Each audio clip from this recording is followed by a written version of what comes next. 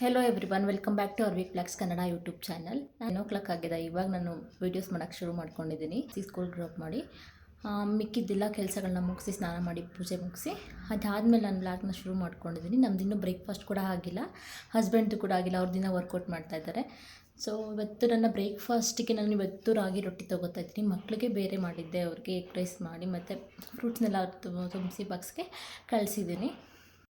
Hello everyone, ನಾನು ಯಾವಾಗಲೂ ಬ್ರೇಕ್ಫಾಸ್ಟ್ನ ಮೂರು ಥರ ಪ್ರಿಪೇರ್ ಮಾಡ್ತೀನಿ. ಇವತ್ತು 2 ಥರ, ಮೂರು ಥರ ಅಂದರೆ ಮಕ್ಳಿಗೆ ಒಂದು ಸಲ ಮಾಡಿ, ಮತ್ತು ಹಸ್ಬೆಂಡ್ ಬೇರೆ ಕೇಳ್ತಾರೆ, ಅವ್ರಿಗೆ ಬೇರೆ ಥರ ಮಾಡಿ, ನನಗೆ ಬೇರೆ ಥರ ಮಾಡಿ. ನನಗೆ ಬ್ರೇಕ್ಫಾಸ್ಟ್ ಮಾಡೋದ್ರಲ್ಲೇ ಸುಸ್ತಾಗುತ್ತೆ ಮಾರ್ನಿಂಗು. ಓಕೆ, ಇರಲಿ, ಅವ್ರವ್ರ ಇಷ್ಟದಂತೆ ಮಾಡಿಕೊಡ್ಬೇಕಲ್ವ, ಆವಾಗಲೇ ಅಂದರೆ ಅವ್ರಿಗೂ ಇಷ್ಟ ಆಗೋದು. ಸೊ ಅವರು ಇಷ್ಟಪಟ್ಟು ತಿನ್ನೋದು, ಅದಕ್ಕೋಸ್ಕರ ನಾನು ಎಫರ್ಟ್ ಎಲ್ಲ ಹಾಕಿ ನಾನು ಮಾರ್ನಿಂಗ್ ಬ್ರೇಕ್ಫಾಸ್ಟ್ ಮಾಡ್ತೀನಿ. ಮಧ್ಯಾಹ್ನ ಮಾತ್ರ ಸೇಮ್ ಊಟ ಇರುತ್ತೆ, ಮಾರ್ನಿಂಗ್ ಮಾತ್ರ ಡಿಫ್ರೆಂಟ್ ಇರುತ್ತೆ. ಒಂದೊಂದು ಸಲ ನಾನು ಅಡ್ಜಸ್ಟ್ ಮಾಡ್ಕೊಂಡು ತಿಂತೀನಿ, ಅವ್ರಿಗೇನು ಮಾಡಿರ್ತೀನೋ ಅದನ್ನೇ.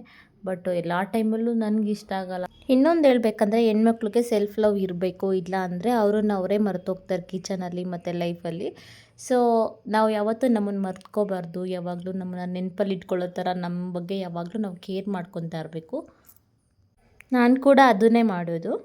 ನಾವು ಕಿಚನಲ್ಲಿ ಇಷ್ಟೆಲ್ಲ ಎಫರ್ಟ್ ಹಾಕಿ ಮತ್ತು ಕುಕ್ ಮಾಡಿದರೆ ಅವರು ಕೂಡ ರೆಸ್ಪಾನ್ಸ್ ಹಾಗೆ ಮಾಡಬೇಕು, ಇಲ್ಲಾಂದರೆ ನಮ್ಗೆ ಅಪ್ಸೆಟ್ ಆಗುತ್ತೆ. ಎಲ್ಲ ಹೆಣ್ಮಕ್ಳಿಗೂ ಇದಾಗುತ್ತೆ, ನನಗೂ ಕೂಡ ಆಗುತ್ತೆ. ನಾವು ಎಷ್ಟು ಎಫರ್ಟ್ ಹಾಕಿ ನಮ್ಮ ಕೆಲಸ ಮಾಡಿರ್ತೀವೋ ಅದು ಅಪೋಸಿಟಾಗಿ ನಮಗೆ ಹಸ್ಬೆಂಡ್ ಆಗಲಿ ಮಕ್ಕಳಾಗಲಿ ರೆಸ್ಪೆಕ್ಟ್ ಕೊಡಬೇಕು. ಹಾಗೆ ಅವ್ರಿಗೆ ಒಂದು ಥ್ಯಾಂಕ್ಸ್ ಆದ್ರೂ ಹೇಳ್ಬೋದು, ಇಲ್ಲಾಂದರೆ ಒಂದು ಒಳ್ಳೆ ಕಮೆಂಟ್ಸ್ ಹೇಳ್ಬೋದು, ಚೆನ್ನಾಗಿದೆ ಬ್ರೇಕ್ಫಾಸ್ಟು, ಇಷ್ಟ ಆಯಿತು, ಈ ಥರ ಹೇಳಿದಾಗ ನಿಜವಾಗ್ಲೂ ತುಂಬ ಖುಷಿ ಆಗುತ್ತೆ ಎಲ್ಲ ಹೆಣ್ಮಕ್ಳಿಗೂ. ಇನ್ನೂ ವರ್ಕೌಟ್ ಮಾಡಿ ಇವಾಗ ಹಸ್ಬೆಂಡ್ ಕೆಳಗಡೆ ಬಂದರು, ಅವ್ರಿಗೂ ಬ್ರೇಕ್ಫಾಸ್ಟ್ ಮಾಡಿಕೊಟ್ಟು ನಾನು ಕೂಡ ಬ್ರೇಕ್ಫಾಸ್ಟ್ ತೊಗೊಂಡೆ. ಇನ್ನು ಇವತ್ತಿನ ಬ್ರೇಕ್ಫಾಸ್ಟು ಸ್ವಲ್ಪ ಲೇಟೇ ಆಯಿತು. 10 o'clock ಶುರು ಮಾಡಿದ್ದು ವಿಡಿಯೋ ಮಾಡೋಕ್ಕೆ, ಬಟ್ ಆಗಲೇ ಇಲ್ಲ ಬೇಗ ಮಾಡ್ಕೊಳ್ಳೋಕ್ಕೆ. ಅದು ಇದು ಡಿಸ್ಟರ್ಬೆನ್ಸ್ ಇತ್ತು ಮಧ್ಯ. ಸೊ ತುಂಬ ಲೇಟೇ ಆಯಿತು. ಸೊ ಇವತ್ತು ಮಧ್ಯಾಹ್ನ ಊಟ ಸ್ಕಿಪ್ ಮಾಡ್ತೀವಿ, ಯಾಕಂದರೆ ಮಧ್ಯಾಹ್ನನೇ ಆಯಿತು, 12 o'clock ಆಯಿತು ಅಡುಗೆ ಮಾಡ್ಕೊಳ್ಳೋ ಅಷ್ಟರಲ್ಲಿ, ಅಂದರೆ ಬ್ರೇಕ್ಫಾಸ್ಟ್ ರೆಡಿ ಮಾಡ್ಕೊಳ್ಳೋ ಅಷ್ಟರಲ್ಲಿ ನಮಗೆ. ಇದು ಬ್ರೇಕ್ಫಾಸ್ಟ್ ಮುಗಿಸಿ ನಾನು ಸ್ವಲ್ಪ ಆಚೆ ಹೋಗೋಣ ಅಂತ ಅಂದ್ಕೊಂಡಿದ್ದೆ, ಬಟ್ ಆಗಲಿಲ್ಲ. ನನ್ನ ಮಗನ ಕರ್ಕೊಂಡು ಬರೋದಿತ್ತು, ಅವರೇ ಕರ್ಕೊಂಡು ಬಂದರು ನನ್ನ ಹಸ್ಬೆಂಡು. ಸೊ ಆ ಕೆಲಸನೂ ಸ್ಕಿಪ್ ಆಯಿತು. ಇವತ್ತು ಸ್ವಲ್ಪ ಫ್ರೀ ಅಂತಲೇ ಹೇಳ್ಬೋದು. ಬ್ಲೌಸ್ ಸ್ಟಿಚ್ಚಿಂಗ್ ಕೊಡಬೇಕಿತ್ತು. ಈ ವೀಕಲ್ಲಿ ತುಂಬ ಫಂಕ್ಷನ್ಸ್ಗಳಿದೆ, ಸೊ ಅದಕ್ಕೋಸ್ಕರ ಮುಂಚೆನೇ ಬ್ಲೌಸ್ ಸ್ಟಿಚ್ ಮಾಡಿ ಇಟ್ಕೊಬೇಕಿತ್ತು. ಅದು ಬೇರೆ ಕೆಲಸ ಇತ್ತು, ಆಚೆ ಹೋಗಬೇಕಿತ್ತು, ಅದು ಕೂಡ ಆಗಿಲ್ಲ ಇವತ್ತು. ಇನ್ನು ನಮ್ಮ ಹೆಲ್ತನ್ನು ನಾವು ತುಂಬ ಚೆನ್ನಾಗಿ ಕಾಪಾಡ್ಕೋಬೇಕು ಹೆಣ್ಮಕ್ಳಾಗಿ, ಇಲ್ಲಾಂದರೆ ತುಂಬ ಕಷ್ಟ. ಮನೆ ಕೆಲಸ ಎಲ್ಲ ಮಾಡ್ತಾ ಇರಬೇಕಲ್ಲ, ತುಂಬ ಎನರ್ಜಿ ಬೇಕು.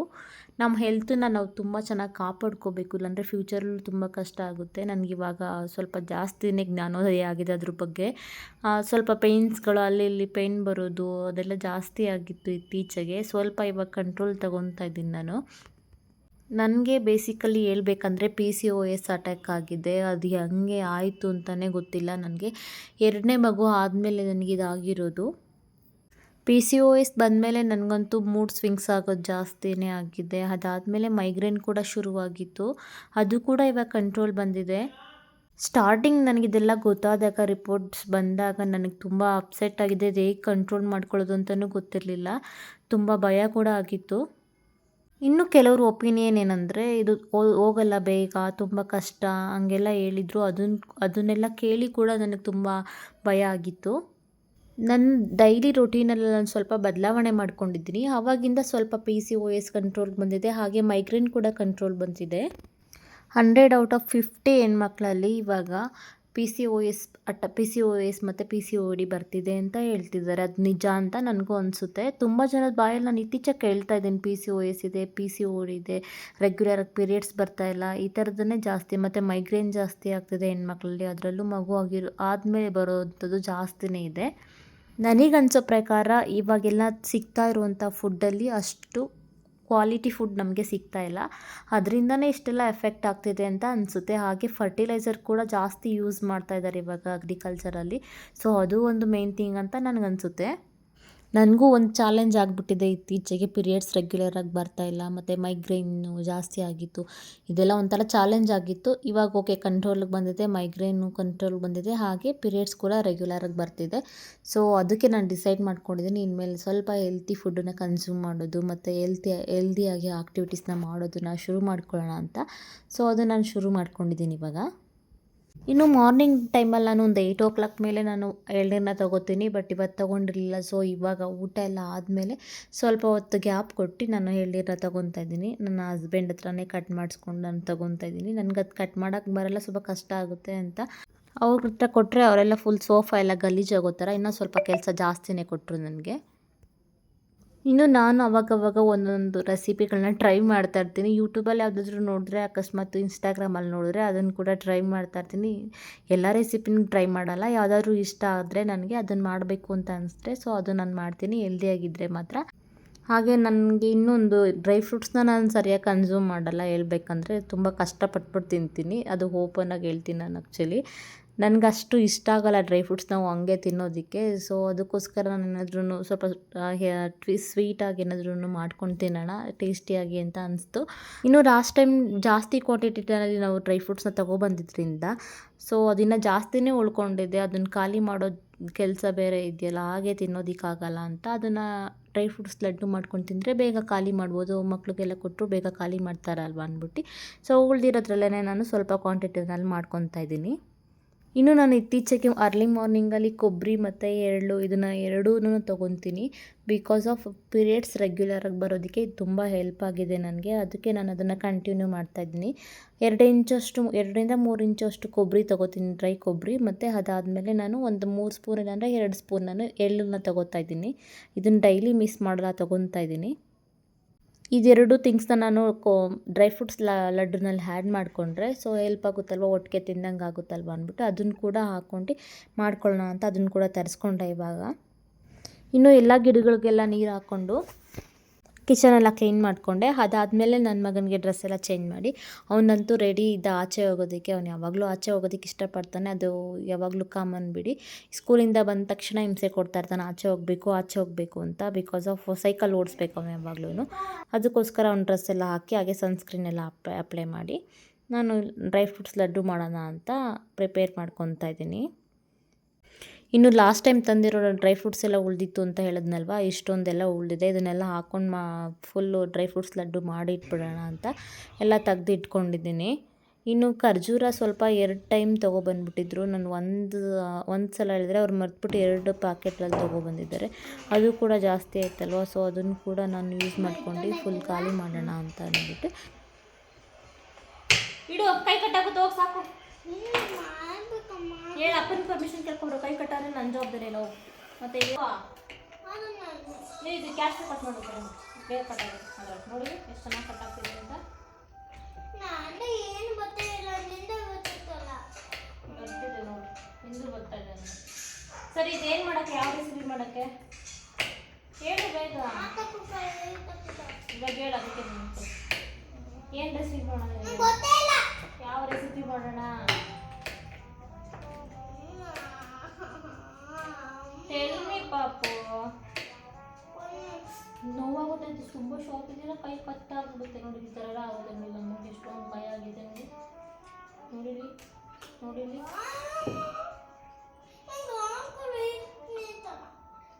ಕಟ್ಟಾಗ್ಬಿಡುತ್ತೆ ಕೈ, ಹೇಳ್ತಾ ಇಲ್ವಾ? ಅದು ಅಷ್ಟೊಂದು ಕಟ್ಟಾಗಲ್ಲ, ಕಟ್ ಮಾಡಬೇಕು. ನಾನಿಲ್ಲಿ ಗೋಡಂಬಿ, ಪಿಸ್ತಾ, ಬಾದಾಮಿ ಹಾಗೆ 2 ಥರ ದ್ರಾಕ್ಷಿನ ತೊಗೊಂಡಿದ್ದೀನಿ. ಒಂದು ಕಪ್ಪು ದ್ರಾಕ್ಷಿ ಮತ್ತು ಇನ್ನೊಂದು ನಾರ್ಮಲ್ ಆಗಿ ಸಿಗುತ್ತಲ್ಲ ಆ ದ್ರಾಕ್ಷಿನ ತೊಗೊಂಡಿದ್ದೀನಿ. ಇದನ್ನೆಲ್ಲ ಒಂದು 2 ಸ್ಪೂನ್ ತುಪ್ಪ ಹಾಕ್ಕೊಂಡು ನಾನು ಲೈಟಾಗಿ ಫ್ರೈ ಮಾಡ್ಕೊತಾ ಇದ್ದೀನಿ. ಸ್ವಲ್ಪ ಅಂದರೆ ಕಡಿಮೆ ಉರಿ ಇಟ್ಕೊಂಡು ನಾನು ಫ್ರೈ ಮಾಡ್ಕೊತಾ ಇದ್ದೀನಿ. ಎಲ್ಲದನ್ನು ಒಂದು 3 to 4 ಮಿನಿಟ್ಸ್ ನಾನು ಫ್ರೈ ಮಾಡಿ ಒಂದು ಬೌಲ್ಗೆ ಶಿಫ್ಟ್ ಮಾಡ್ಕೊತಾ ಇದ್ದೀನಿ. ಇಲ್ಲಿ ನಾನು ಕೊಬ್ಬರಿನ ತೊಗೊಂಡಿದ್ದೀನಿ, ಸ್ವಲ್ಪ ಜಾಸ್ತಿ ತೊಗೊಂಡಿಲ್ಲ, ಕೆಮ್ಮಾಗ್ಬಿಡುತ್ತೆ ಅಂತ ಒಂದು ಕಡಿಮೆ ಕ್ವಾಂಟಿಟಿಯಲ್ಲೇ ತೊಗೊಂಡಿದ್ದೀನಿ. ಹಾಗೆ ಕುಂಬಳಕಾಯಿ ಬೀಜ ಮತ್ತು ಇನ್ನೊಂದು ಸೂರ್ಯಕಾಂತಿ ಬೀಜ ಇದನ್ನು ಕೂಡ ಆ್ಯಡ್ ಮಾಡ್ಕೊತಾ ಇದ್ದೀನಿ. ಎಲ್ಲದಕ್ಕೂ ನಾನು ಸ್ವಲ್ಪ ತುಪ್ಪನ ಹಾಕ್ಕೊಂಡು ಫ್ರೈ ಮಾಡಿಬಿಟ್ಟು ಹಾಕ್ಕೊತಾ ಇದ್ದೀನಿ. ಇನ್ನು ಕೊಬ್ಬರಿ ಮತ್ತು ದ್ರಾಕ್ಷಿನ ಒಂದು ಜಾರ್ಗೆ ಹಾಕ್ಕೊಂಡು ರುಬ್ಕೊತಾ ಇದ್ದೀನಿ. ಜೊತೆಗೆ ಸ್ವಲ್ಪ ಏಲಕ್ಕಿನ ಹಾಕ್ಕೊಂಡು ಅದನ್ನು ಕೂಡ ತರಿಯಾಗಿ ರುಬ್ಕೊಂಡಿದ್ದೀನಿ. ಜಾಸ್ತಿ ಫೈನ್ ಪೌಡರಾಗಿ ಮಾಡ್ಕೊಂಡಿಲ್ಲ ನಾನು. ಸೊ ತರಿಯಾಗಿ ರುಬ್ಕೊಂಡು ಅದನ್ನು ಮಿಕ್ಸ್ ಮಾಡ್ಕೊತೀನಿ. ಸ್ವಲ್ಪ ದ್ರಾಕ್ಷಿಗಳನ್ನೂ ಆ್ಯಡ್ ಮಾಡಿ ಹಾಗೆ ಖರ್ಜೂರನ್ನು ಆ್ಯಡ್ ಮಾಡಿ ಅದನ್ನು ಕೂಡ ರುಬ್ಬಿಟ್ಕೊತಾ ಇದ್ದೀನಿ ಇಲ್ಲಿ. ಇನ್ನು ಇದನ್ನೆಲ್ಲ ನಾನು ಜಾಸ್ತಿ ಪುಡಿಯಾಗಿ ಮಾಡ್ಕೊತಿಲ್ಲ. ಇನ್ನೊಂದು ಮಕ್ಳಿಗೆ ಗೊತ್ತಾಗಬೇಕಲ್ವ ಇದು ಡ್ರೈ ಫ್ರೂಟ್ಸ್ ಅಂತ, ಇಲ್ಲಾಂದರೆ ಅವ್ರು ತಿನ್ನಲ್ಲ. ಸೊ ಅವ್ರಿಗೆ ಗೊತ್ತಾಗೋ ಥರ ಸ್ವಲ್ಪ ಕಾಣಿಸ್ಬೇಕು, ಆ ಥರ ನಾನು ಮಾಡ್ಕೊತಿದ್ದೀನಿ. ಆಮೇಲೆ ಮಾಡಿಕೊಂಡು ತಿಂದಿಲ್ಲ ಅಂದರೆ ವೇಸ್ಟ್ ಆಗುತ್ತಲ್ವ. ಸೊ ಅದಕ್ಕೋಸ್ಕರ ನಾನು ಸ್ವಲ್ಪ ದೊಡ್ಡ ಪೀಸಾಗೆ ನಾನು ಕಟ್ ಮಾಡಿ ಇಟ್ಕೊಂಡು ಮಿಕ್ಸ್ ಮಾಡ್ಕೊತಾ ಇದ್ದೀನಿ. ಅದಾದಮೇಲೆ ನಾನು ಒಂದು ಪ್ಯಾನ್ಗೆ ಸ್ವಲ್ಪ ಇನ್ನೊಂದು 2 ಸ್ಪೂನ್ ತುಪ್ಪ ಹಾಕ್ಬಿಟ್ಟು ಖರ್ಜೂರ ಮತ್ತು ದ್ರಾಕ್ಷಿ ರುಬ್ಕೊಂಡು ಇಟ್ಕೊಂಡಿದ್ದೀನಲ್ವ, ಅದನ್ನು ಫಸ್ಟಿಗೆ ಹಾಕಿ ಸ್ವಲ್ಪ ಲೈಟಾಗಿ ಮೆಲ್ಟ್ ಆಗೋ ಥರ ಮಾಡಿ, ಅದಾದಮೇಲೆ ಡ್ರೈ ಫ್ರೂಟ್ಸ್ನೆಲ್ಲ ಹುರಿದಿಟ್ಕೊಂಡಿದ್ದೀನಲ್ವ ಅದನ್ನೆಲ್ಲ ಹಾಕ್ಕೊಂಡು ಕಲಿಸ್ಕೊತಾ ಇದ್ದೀನಿ. ಜೊತೆಗೆ ನಾನು ಇಲ್ಲಿ ಸ್ವಲ್ಪ ಎಳ್ಳು ಮತ್ತು ಗಸಗಸೆನ ಆ್ಯಡ್ ಮಾಡ್ಕೊಂಡಿದ್ದೀನಿ. ಇದನ್ನೆಲ್ಲ ಹಾಕ್ಕೊಂಡು ಚೆನ್ನಾಗಿ ಕಲಿಸ್ಕೊಂಡು ಅದಾದಮೇಲೆ ದ್ರಾಕ್ಷಿನ ಹಾಕ್ಕೊಂಡು ಚೆನ್ನಾಗಿ ಮಿಕ್ಸ್ ಮಾಡ್ಕೊತಾ ಇದ್ದೀನಿ. ಇದು ಲೈಟಾಗಿ ಉರಿ ಇಟ್ಕೊಂಡೆ ಮಿಕ್ಸ್ ಮಾಡಬೇಕು, ಇಲ್ಲಾಂದರೆ ಸ್ವಲ್ಪ ಕಪ್ಪಾಗಿಬಿಡುತ್ತೆ. ಅದಾದಮೇಲೆ ಚೆನ್ನಾಗಿರಲ್ಲ ತಿನ್ನೋದಕ್ಕೆ, ಸೀದೋಗಿರೋ ಥರ ಸ್ಮೆಲ್ ಬರ್ತಾ ಇರುತ್ತೆ. ಲೈಟಾಗಿ ಉರಿ ಇಟ್ಕೊಂಡು ಚೆನ್ನಾಗಿ ಹುರ್ಕೊಬೇಕು, ಅಂದರೆ ಸ್ವಲ್ಪ ಟೈಮ್ ತೊಗೊಂಡು ಉರಿಬೇಕು, ಆದರೆ ಲೈಟಾಗಿ ಉರಿ ಇಟ್ಕೊಬೇಕು ಅಷ್ಟೇ. ಸೊ ಇಷ್ಟೆಲ್ಲ ಆದಮೇಲೆ ನಾನು ಇನ್ನೊಂದು ಬೌಲ್ಗೆ ನಾನು ಶಿಫ್ಟ್ ಮಾಡಿಕೊಂಡು ಸಣ್ಣದಾಗಿ ಉಂಡೆ ಕಲಿಸ್ಕೊತಾ ಇದ್ದೀನಿ. ಬಿಸಿ ಇದ್ದಾಗಲೇ ಕಲಿಸ್ಕೊಂಡ್ರೆ ಚೆನ್ನಾಗಿರುತ್ತೆ. ಸ್ವಲ್ಪ ತುಪ್ಪ ಹಾಕ್ಕೊಂಡು ಬಿಸಿ ಇದ್ದಾಗಲೇ ಕಲಿಸ್ಕೋಬೇಕು. ಸ್ವಲ್ಪ ಸುಡ್ತಾ ಇರುತ್ತೆ, ಓಕೆ ಅಡ್ಜಸ್ಟ್ ಮಾಡ್ಕೊಂಡು ನಾನು ಕಲಿಸ್ತಾ ಇದ್ದೀನಿ.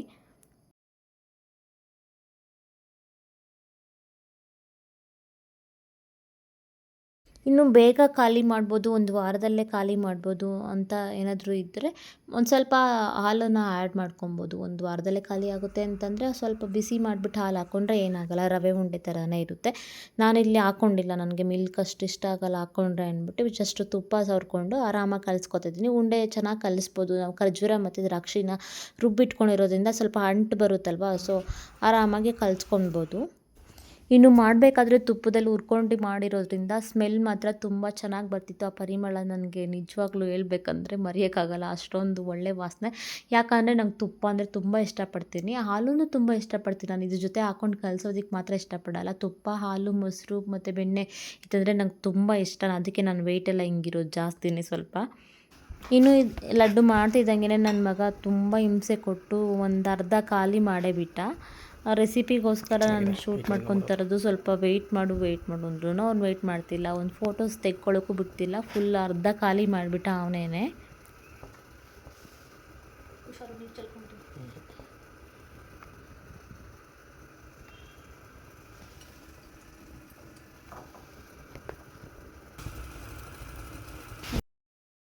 ಇನ್ನು ನಿಮ್ಮ ಮನೇಲಿ ಯಾರಾದರೂ ಮಕ್ಕಳು ತಿಂದಿಲ್ಲ ಅಂದರೆ ಡ್ರೈ ಫ್ರೂಟ್ಸ್ನ ನೋಡಿ ಈ ಥರ ಮಾಡಿಕೊಟ್ರೆ ಆರಾಮಾಗಿ ತಿನ್ಬೋದು. ಇನ್ನು ನೀವು ತಿನ್ನೋಕ್ಕೆ ಬರಲ್ಲ ಅಂದರೆ ಆಗಲ್ಲ ಅಂತಂದರೆ ನೀವು ಕೂಡ ಆರಾಮಾಗಿ ತಿನ್ಬೋದು ಈ ಥರ ಮಾಡಿಕೊಂಡು. ನಾನು ಟೇಸ್ಟ್ ಮಾಡಿದ್ದೀನಿ, ತುಂಬ ಚೆನ್ನಾಗಿತ್ತು. ನೀವು ಕೂಡ ಟ್ರೈ ಮಾಡಿ ಮನೇಲಿ ಒಂದು ಸಲ. ಏನು ಏನದು ಗೋಡಂಬಿ, ಆಮೇಲೆ ಡ್ರೈ ಫ್ರೂಟ್ಸ್ ಲಡ್ಡು,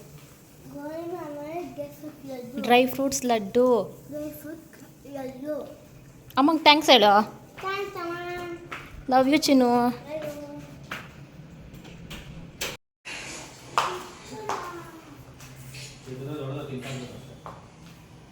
ಏನು ಬರೀ ಇದೇ ಕೆಲಸನಾ ತಿಂತಾನೆ ಇರೋದಾ ಇದು ಡ್ರೈ ಫ್ರೂಟ್ಸು?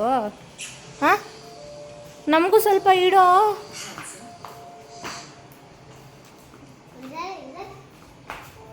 ಇನ್ನು ಇವತ್ತು ಮೇಲ್ಗಡೆ ಕ್ಲೀನ್ ಮಾಡೋದಿತ್ತು, ಅದಕ್ಕೋಸ್ಕರ ಎಲ್ಲ ಬಟ್ಟೆಗಳನ್ನೆಲ್ಲ ಮಡಚಿಟ್ಕೊಳ್ಳೋಣ ಅಂತ ಅಂದ್ಕೊಂಡು ಮೇಲೆ ಬಂದೆ. ಬಂದಿದೆ ಗೌರಿ ಹಬ್ಬಕ್ಕೆ ಮತ್ತು ಲಕ್ಷ್ಮೀ ಪೂಜೆಗೆ. ಈ ಟೈಮಲ್ಲೇ ಅಮ್ಮ ಮತ್ತು ಚಿಕ್ಕಮ್ಮ ಸಿಸ್ಟರ್ ಎಲ್ಲ ಕೊಡಿಸಿರೋದು ಸ್ಯಾರಿಗಳಿದೆ, ಅದನ್ನು ಕೂಡ ಸ್ಟಿಚ್ ಮಾಡಿಸ್ಬೇಕು. ಸೊ ನಿಮ್ಮ ಜೊತೆ ನಾನು ಚೇಂಜ್ ಮಾಡ್ಕೊತಿದ್ದೀನಿ ನನ್ನ ಬ್ಲೌಸ್ ಡಿಸೈನ್ಸು. ರೀಸೆಂಟಾಗಿ ನಾನು ಸ್ಟಿಚ್ ಮಾಡಿಸಿರೋವಂಥ ಬ್ಲೌಸ್ ಡಿಸೈನ್ಸು. ಇದನ್ನು ಬ್ಯಾಕ್ ಡಿಸೈನ್ ಬಂದ್ಬಿಟ್ಟು ನಾನು ಈ ಥರ ಮಾಡಿಸ್ಕೊಂಡಿದ್ದೀನಿ. ಇದೊಂದು ಟ್ಯಾಂಗಲ್ಸು,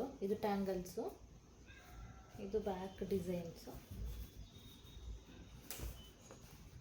ಈ ರೀತಿ ಸ್ಟಿಚ್ ಮಾಡಿದ್ದಾರೆ. ಸ್ಲೀವ್ಸ್ ಎಲ್ಲ ಅವ್ರು ಈ ಥರ ಸ್ಟಿಚ್ ಮಾಡಿಕೊಟ್ಟಿದ್ದಾರೆ, ಚೆನ್ನಾಗಿದೆ, ನನಗೆ ತುಂಬ ಇಷ್ಟ ಆಯಿತು. ಇನ್ನೊಂದು ಬ್ಲ್ಯಾಕ್ ಮತ್ತು ಪಿಂಕ್ ಕಾಂಬಿನೇಷನ್ ನನಗೆ ತುಂಬ ಇಷ್ಟ ಆಗುತ್ತೆ. ನನ್ನಲ್ಲಿ ಯಾವುದೂ ಇಲ್ಲ ಬ್ಲ್ಯಾಕ್ ಮತ್ತು ಪಿಂಕ್ ಕಾಂಬಿನೇಷನಲ್ಲಿ, ಯಾವುದು ಬ್ಲೌಸು ಸ್ಯಾರಿ ಮತ್ತು ಯಾವುದನ್ನು ಇಟ್ಕೊಂಡಿಲ್ಲ ನಾನು. ಸೊ ಇದೇ ಫಸ್ಟ್ ನಾನು ಬೈ ಮಾಡಿರೋದು. ಸ್ಯಾರಿ ಕೂಡ ತುಂಬ ಚೆನ್ನಾಗಿದೆ, ತೋರಿಸ್ತೀನಿ ಅದನ್ನು ಕೂಡ. ಇದು ಚೆನ್ನಾಗಿ ಮಾಡಿದ್ದಾರೆ.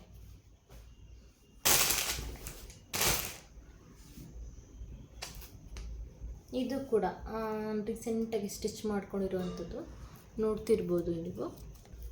ಸ್ಲೀವ್ಸ್ಗೆ ಅವರು ಈ ಥರ ಸ್ಲೀವ್ಸ್ನ ಡಿಸೈನ್ ಮಾಡಿದ್ದಾರೆ ನೋಡಿ, ಚೆನ್ನಾಗಿದೆ. ಒಂಥರ ಬೌ ಇದನ್ನು ಹಾಕ್ಬಿಟ್ಟು ಮಾಡಿರೋ ಥರ ಇದೆ, ಚೆನ್ನಾಗಿದೆ. ನಂಗೆ ತುಂಬ ಇಷ್ಟ ಆಯಿತು. ಇದೆಲ್ಲ ತುಂಬ ಕಡಿಮೆ ಪ್ರೈಸಲ್ಲೇ ಮಾಡಿಸಿರೋದು, ಏನು ಫುಲ್ ಹೆವಿ ಪ್ರೈಸಲ್ಲೆಲ್ಲ ನಾನು ಸ್ಟಿಚ್ ಮಾಡಿಸಿಲ್ಲ. ಬಟ್ ನೋಡಲಿಕ್ಕೆ ತುಂಬ ಎಲಿಗೆಂಟಾಗಿದೆ ಬ್ಲೌಸು, ಡಿಸೈನ್ಸು ಹಾಕ್ಕೊಂಡಾಗ ತುಂಬ ಸ್ಟೈಲಿಶಾಗಿ ಕಾಣುತ್ತೆ. ಇದು ವಿ ನೆಕ್ ಕೊಡಿಸಿದ್ದೀನಿ, ಈ ಥರ ವಿ ನೆಕ್ಕು ನೋಡಿ. ಫ್ರಂಟು ಅಷ್ಟೇ ವಿ ನೆಕ್ ಬಂದಿದೆ, ಫ್ರಂಟು ವಿ ನೆಕ್ ಬಂದಿದೆ. ಇದು ಸ್ಲೀವ್ ಈ ರೀತಿ ಅಂದರೆ ಬಾರ್ಡರ್ ಈ ಥರ ಇದೆ. ಆ್ಯಂಡ್ ಬ್ಲ್ಯಾಕ್ ಪ್ಲೈನ್ ಬ್ಲ್ಯಾಕ್ ಇದೆ ಮತ್ತು ಬುಟ್ಟಾಸ್ ಇದೆ ಅಲ್ಲಲ್ಲೇ. ಇದು ಹಾಕ್ಕೊಂಡಾಗ ತುಂಬ ಚೆನ್ನಾಗಿರುತ್ತೆ. ಒಂದ್ಸಲ ನಾನು ಟ್ರೈ ಮಾಡಿದೆ ಅಷ್ಟೇ, ಬಟ್ ಎಲ್ಲೂ ಹಾಕೊಂಡು ಹೋಗಿಲ್ಲ, ಫಂಕ್ಷನ್ಗೂ ವೇರ್ ಮಾಡಿಲ್ಲ. ಸುಮ್ಮನೆ ಮೈ ಮೇಲೆ ಇಟ್ಕೊಂಡು ನೋಡಿದ್ರೆ ಸಾಕು, ತುಂಬ ಎಲಿಗೆಂಟಾಗಿ ಕಾಣುತ್ತೆ. ನಾನು ತುಂಬ ಲೈಕ್ ಮಾಡ್ತೀನಿ ಸ್ಯಾರಿನ. ಬ್ಲ್ಯಾಕ್ ಕಾಂಬಿನೇಷನ್ ತುಂಬ ಹುಡುಕಿದ್ದೀನಿ, ಸೊ ನೋಡ್ತಿರ್ಬೋದು ಹೇಗಿದೆ ಅಂತ. ನಾನು ತುಂಬ ಇಷ್ಟಪಡ್ತೀನಿ ನೋಡಿ. ಈ ಥರ ಇದೆ, ಬಿಗ್ ಬಾರ್ಡರು ಚೆನ್ನಾಗಿದೆ. ಇದೇ ಥರ ನಾವು ವೇರ್ ಮಾಡ್ಬೋದು, ಇಲ್ಲಾಂದರೆ ಫ್ಲೀಟ್ ಮಾಡಿಕೊಂಡ್ರೆ ತುಂಬ ಚೆನ್ನಾಗಿರುತ್ತೆ. ಫ್ಲೀಟ್ ಮಾಡ್ಕೊಂಡು ಈ ಥರ ವೇರ್ ಮಾಡಿದ್ರೆ ಒಂಥರ ಓಲ್ಡ್ ಫಿಲ್ಮಲ್ಲೆಲ್ಲ ಮಾಡ್ತಾರಲ್ವ, ಸ್ಯಾರಿಗಳೆಲ್ಲ ಹಾಕ್ಕೊಂಡು ಆ ಥರ ಇದೆ.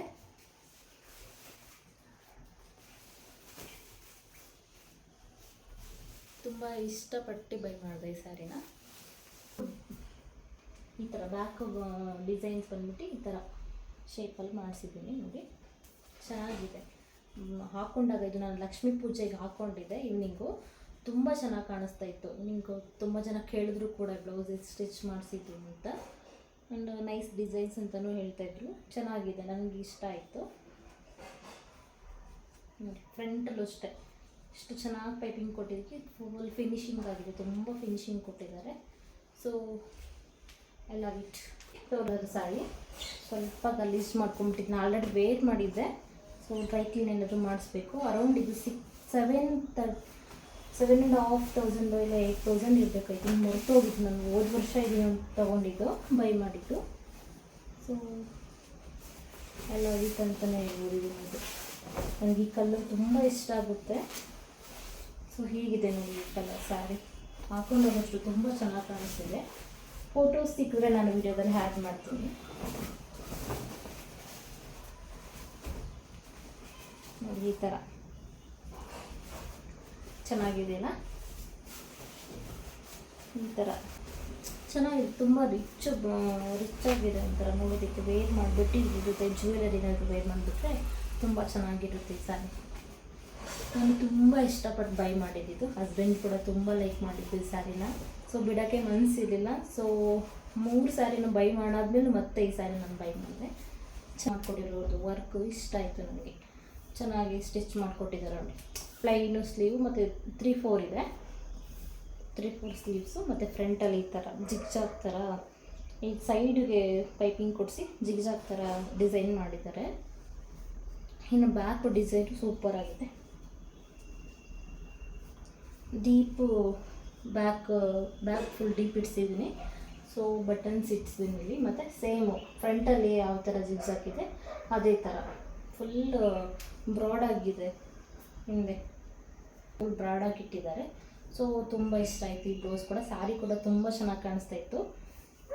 ಈ ಸ್ಯಾರಿದು ಫೋಟೋಸ್ ಬೇಕಾದರೆ ನಾನು ಬ್ಲಾಗಲ್ಲಿ ಅಪ್ಲೋಡ್ ಮಾಡ್ತೀನಿ, ನೋಡ್ಕೊಳ್ಳಿ. ಗೋಲ್ಡ್ ಕಾಂಬಿನೇಷನಲ್ಲಿದೆ, ಇದು ಕೂಡ ತುಂಬ ಚೆನ್ನಾಗಿದೆ.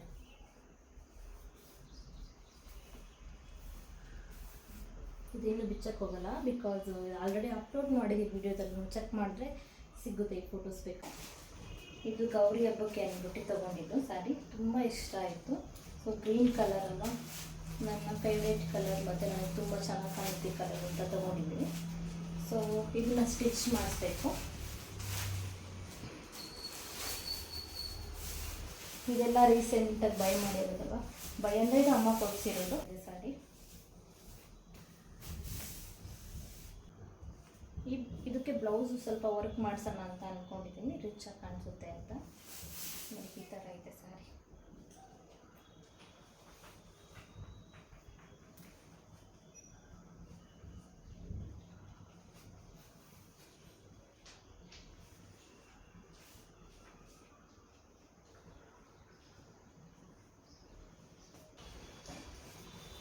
ಇದನ್ನು ಕೂಡ ಸ್ಟಿಚ್ ಮಾಡಿಸ್ಕೊಬೇಕು. ಅಂದರೆ ಸಿಂಪಲ್ ಫಂಕ್ಷನ್ಗಳಿಗೆಲ್ಲದು ಹೋಗ್ಬೇಕಂದ್ರೆ ಈ ಥರ ವೇರ್ ಮಾಡೋದಕ್ಕೆ ಚೆನ್ನಾಗಿದೆ.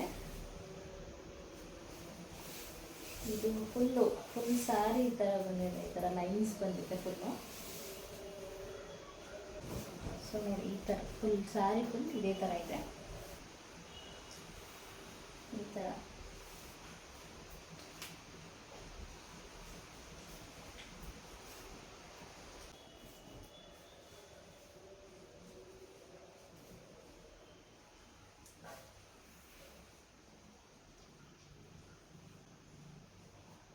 ಇನ್ನು ಇದೊಂದು ಸ್ಯಾರಿ ಇದೆ, ಇದನ್ನು ಕೂಡ ಸ್ಟಿಚ್ ಮಾಡಿಸ್ಬೇಕು.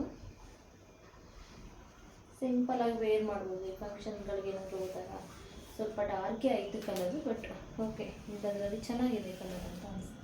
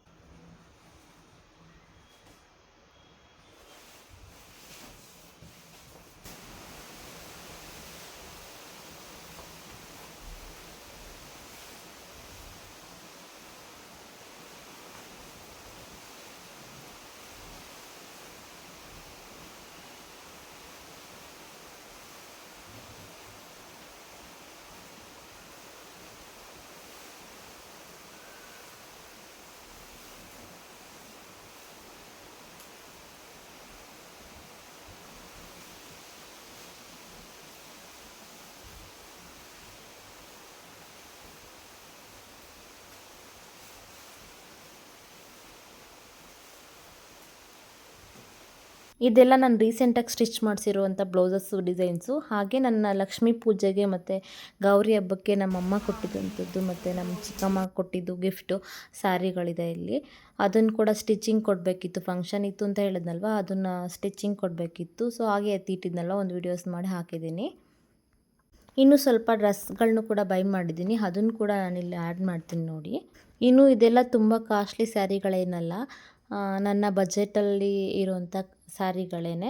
ಇನ್ನು ನನ್ನಮ್ಮ ಮತ್ತು ನಮ್ಮ ಚಿಕ್ಕಮ್ಮ ತುಂಬ ಇಷ್ಟಪಟ್ಟು ಕೊಟ್ಟಿರ್ತಾರೆ ಪ್ರೀತಿಯಿಂದ, ಅದನ್ನು ಕೂಡ ಸ್ಟಿಚ್ ಮಾಡಿಸ್ಕೊಳ್ಳೇಬೇಕು. ನಾನು ಸ್ಟಿಚ್ ಮಾಡಿ ಹಾಕ್ಕೊಂಡ್ರೆ ಅವ್ರಿಗೆ ತುಂಬ ಇಷ್ಟ ಆಗುತ್ತೆ ಮತ್ತು ಫೋಟೋಸ್ ಕಳಿಸಿದಾಗ ತುಂಬ ಖುಷಿ ಪಡ್ತಾರಲ್ವ, ಅದಕ್ಕೋಸ್ಕರ ನಾನು ಬೇಗನೆ ಸ್ಟಿಚ್ ಮಾಡಿಸ್ಬೇಕು ಅಂತ ಅಂದ್ಕೊಂಡು ತೊಗೊಂಡು ಹೋಗ್ತೇನೆ. ನಾನು ಯಾವಾಗಲೂ ಲೇಟಾಗಿ ಸ್ಟಿಚ್ ಮಾಡಿ ಸ್ಯಾರಿನ ವೇರ್ ಮಾಡಿದಾಗ ಅವ್ರು ಕೇಳ್ತಾನೆ ಇರ್ತಾರೆ, ಯಾವಾಗ ಹಾಕೋತೀಯಾ ಅಂತ. ಸೊ ಅದರಿಂದ ನಾನು ಬೇಗ ಈ ಸಲ ಹಾಕ್ಕೊಂಡು ಅವ್ರಿಗೆ ತೋರಿಸ್ಬೇಕು ಅಂದ್ಬಿಟ್ಟು ನಾನು ಇವಾಗಲೇ ಸ್ಟಿಚಿಂಗ್ ಕೊಡೋಣ ಅಂತ ಹೋಗ್ತಾಯಿದ್ದೆ. ಇನ್ನು ನಾನು 2 ಡ್ರೆಸ್ಗಳನ್ನ ಕೂಡ ಬೈ ಮಾಡಿದ್ದೆ ನನ್ನ ಹಬ್ಬಕ್ಕೆ. ಸೊ ಅದನ್ನು ಕೂಡ ನಾನಿಲ್ಲಿ ಅಪ್ಲೋಡ್ ಮಾಡ್ತೀನಿ. ಇನ್ನು ಈ ಡ್ರೆಸ್ ನಂಗೆ ತುಂಬ ಇಷ್ಟ ಆಯಿತು. ಔಟ್ಸೈಡ್ ಹೋದಾಗ ವೇರ್ ಮಾಡಿದ್ರೆ ಚೆನ್ನಾಗಿರುತ್ತೆ ಅಂತ ಅನಿಸ್ತು. ಹಾಗೆ ಟ್ರಿಪ್ ಎಲ್ಲಾದರೂ ಹೋದಾಗ ಇದನ್ನು ಆರಾಮಾಗಿ ವೇರ್ ಮಾಡ್ಬೋದು, ಚೆನ್ನಾಗಿದೆ. ಸ್ಲೀವ್ಲೆಸ್ಸು, ಸನ್ಸ್ಕ್ರೀನ್ ಏನಾದರೂ ಹಾಕ್ಕೊಂಡು ಆರಾಮಾಗಿ ವೇರ್ ಮಾಡ್ಬೋದು ಇದನ್ನು. ನಾನು ಜಸ್ಟ್ ಇಲ್ಲಿ ಹಾಕಿ ತೋರಿಸ್ತಾ ಇದ್ದೀನಿ ಅಷ್ಟೇ. ನನಗೆ ಒಂದೊಂದು ಸಲ ತುಂಬ ಲೈಟ್ ಕಲರ್ ಇಷ್ಟ ಆಗುತ್ತೆ, ಹಾಗೆ ಒಂದೊಂದು ಸಲ ಸ್ವಲ್ಪ ಡಾರ್ಕ್ ಕಲರ್ ಇಷ್ಟ ಆಗುತ್ತೆ. ನಾನು ಒಂಥರ ಮೂಡಿ, ನನಗೆ ಯಾವಾಗ ಯಾವ ಕಲರ್ ಇಷ್ಟ ಆಗುತ್ತೆ ಅಂತ ಹೇಳಕ್ಕೆ ಬರಲ್ಲ, ಆ ಥರ ಸ್ವಲ್ಪ. ಕೆಲವೊಂದಿಷ್ಟು ಫೇವ್ರೆಟ್ ಕಲರ್ಸ್ ಇದೆ, ಅದರಲ್ಲಿ ಗ್ರೀನ್ ಕೂಡ ಒಂದು. ನನಗೆ ಗ್ರೀನ್ ಡ್ರೆಸ್ನ ಇದನ್ನು ಕೂಡ ಬೈ ಮಾಡಿದ್ದೀನಿ ನೋಡಿ. ಇದು ನಂಗೆ ತುಂಬ ಇಷ್ಟ ಆಯಿತು ಈ ಡ್ರೆಸ್ಸು. ಇದು ಕೂಡ ಬಜೆಟ್ ಫ್ರೆಂಡ್ಲಿ ಅಂತಲೇ ಹೇಳ್ಬೋದು. ಡಿಸೈನ್ಸ್ ಮಾತ್ರ ತುಂಬ ಚೆನ್ನಾಗಿತ್ತು, ಸ್ಲೀವ್ಸಲ್ಲಿ ಮತ್ತು ನೆಕ್ ಹತ್ರ, ಹಾಗೆ ಕಾಲ ಹತ್ರ ಕೂಡ ಪ್ಯಾಂಟಲ್ಲಿ ತುಂಬ ಚೆನ್ನಾಗಿದೆ ಡಿಸೈನ್ಸು, ಎಂಬ್ರಾಯ್ಡಿಂಗ್ ಮಾಡಿದ್ದಾರೆ. ಇನ್ನು ನನ್ನ ಫಂಕ್ಷನ್ಗಳಿತ್ತು ಅಂತ ಎಲ್ಲ ಬೈ ಮಾಡೋಕ್ಕೋಗಲ್ಲ, ಮುಂಚೆನೇ ತೆಗೆದಿಟ್ಕೊಂಡಿರ್ತೀನಿ ಡ್ರೆಸ್ಗಳನ್ನ. ಸಡನ್ನಾಗಿ ಎಲ್ಲ ತೊಗೊಂಡು ಬರೋಕ್ಕೆ ಪ್ಲ್ಯಾನ್ ಮಾಡೋಕ್ಕಾಗಲ್ಲ. ಸೊ ಯಾವಾಗಾದರೂ ಫಂಕ್ಷನ್ ಬಂತು, ಇಲ್ಲಾಂದರೆ ಏನಾದರೂ ಬಂತಂದರೆ ಆರಾಮಾಗಿ ವೇರ್ ಮಾಡಿ ಇದು ಮಾಡ್ಬೋದು. ಇಲ್ಲಾಂದರೆ ನಾನು ಜಾಸ್ತಿ ಸ್ಟ್ರೆಸ್ ತೊಗೋತೀನಿ ನಾನು ಡ್ರೆಸ್ ವಿಚಾರದಲ್ಲಿ. ಹೆಣ್ಮಕ್ಳೇ ಹಂಗೆ ಅಲ್ವಾ, ಅವ್ರವ್ರ ಸೆಲ್ಫ್ ಬಗ್ಗೆ ಜಾಸ್ತಿ ಕೇರ್ ಮಾಡ್ತಾರೆ. ಅದರಲ್ಲೂ ಡ್ರೆಸ್ಸು ಮತ್ತು ಮೇಕಪ್ಪು, ಇದೆಲ್ಲ ಮೇಕಪ್ ಬಗ್ಗೆ ಜಾಸ್ತಿ ಇದು ಮಾಡಿಲ್ಲ ಅಂದ್ರೂ ನಾನು ಡ್ರೆಸ್ಗಳ ಬಗ್ಗೆ ಜಾಸ್ತಿ ಕಾನ್ಸಂಟ್ರೇಟ್ ಮಾಡ್ತೀನಿ. ನಂಗೆ ತುಂಬ ಇಷ್ಟ ಆಗುತ್ತೆ ಡ್ರೆಸ್ಗಳನ್ನ ವೇರ್ ಮಾಡೋದಕ್ಕೆ. ನಾನು ತೋರಿಸಿರೋ ಸ್ಯಾರಿಗಳ ಬ್ಲೌಸು ಮತ್ತು ಸ್ಯಾರಿಗಳು ಹಾಗೆ ಡ್ರೆಸ್ಗಳಲ್ಲಿ ನಿಮ್ಗೆ ಯಾವ್ದು ಇಷ್ಟ ಆಯಿತು ಅಂತ ಕಮೆಂಟ್ ಮಾಡಿ ಗೈಸ್. ಇನ್ನು ಇಷ್ಟೆಲ್ಲ ಮುಗಿದ್ಮೇಲೆ ನನ್ನ ಮಕ್ಕಳಿಗೆ ಟ್ಯೂಷನ್ಗೆ ಡ್ರಾಪ್ ಮಾಡಬೇಕಿತ್ತು, ಡ್ರಾಪ್ ಮಾಡಿ ಹಾಗೆ ಹಸ್ಬೆಂಡ್ಗೆ ನನಗೆ ಕಾಫಿ ಮಾಡ್ಕೊತಾ ಇದ್ದೀನಿ. ಇವತ್ತಿನ ವ್ಲಾಗ್ ಇದಾಗಿತ್ತು. ಯಾರಿಗೆಲ್ಲ ಇಷ್ಟ ಆಗಿದೆ ಪ್ಲೀಸ್ ಒಂದು ಲೈಕ್ ಮಾಡಿ, ಹಾಗೆ ಕಮೆಂಟ್ ಮಾಡಿ. ಇನ್ನಷ್ಟು ವಿಡಿಯೋಗಳಿಗೋಸ್ಕರ ನೀವು ನನ್ನ ಚಾನಲ್ನ ಸಬ್ಸ್ಕ್ರೈಬ್ ಮಾಡಿ ಅಂತ ಕೇಳ್ತಾ ಇವತ್ತಿನ ವ್ಲಾಗ್ನ ನಾನು ಇಲ್ಲಿಗೆ ಎಂಡ್ ಮಾಡ್ತಾಯಿದ್ದೀನಿ. Thank you for watching guys. Follow for more videos and ಹಾಗೆ ಹೀಗೆ ಸಪೋರ್ಟ್ ಮಾಡಿ ಅಂತ ಕೇಳ್ತೀನಿ. Thank you everyone.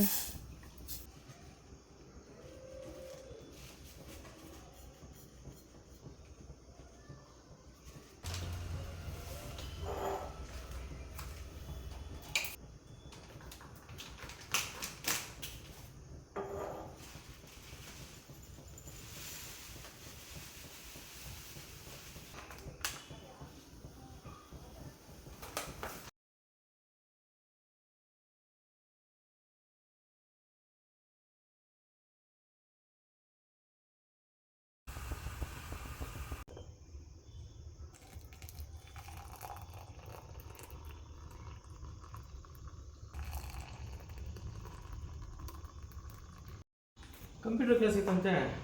ನನಗೆ ಗೊತ್ತಿಲ್ಲ ಕಂಪ್ಯೂಟರ್ ಕ್ಲಾಸ್ ತೊಗೊಳ್ಳಿ ಕಾಫಿ. Thank you. ವೆಲ್ಕಮ್. ಇವಾಗ ಹೇಳಿದ್ರಂಗಂತ ನಾನು ಮರ್ತೋಗಿದ್ದೀನಿ ಅನ್ಸುತ್ತೆ. ನಾಳೆ ಕಳ್ಸೋಣ ಬಿಡಿ.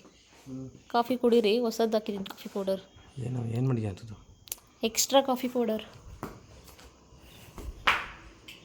ನೈಸಾ? Black coffee. ಅಲ್ಲ, ಫೇಸ್ ಒಂಥರ ಇತ್ತು, ಬ್ಲ್ಯಾಕ್ ಕಾಫಿ ಥರ ಇದೆಯಾ? ಶುಗರೇ ಹಾಕಿಲ್ಲ. ಶುಗರ್ ಲೆಸ್, ಕಡಿಮೆ ಆಗ್ತೀನಿ ಸ್ವಲ್ಪ, ತುಂಬ. ಅಷ್ಟೆಲ್ಲ ಕಾಫಿಗೆ 2 ಕಪ್ ಕಾಫಿಗೆ 1/4 ಸ್ಪೂನ್ ಹಾಕಿದ್ದೀನಿ ಅನಿಸುತ್ತೆ. ಸೂಪರ್, ಸ್ಟ್ರಾಂಗ್ ಇದೆ.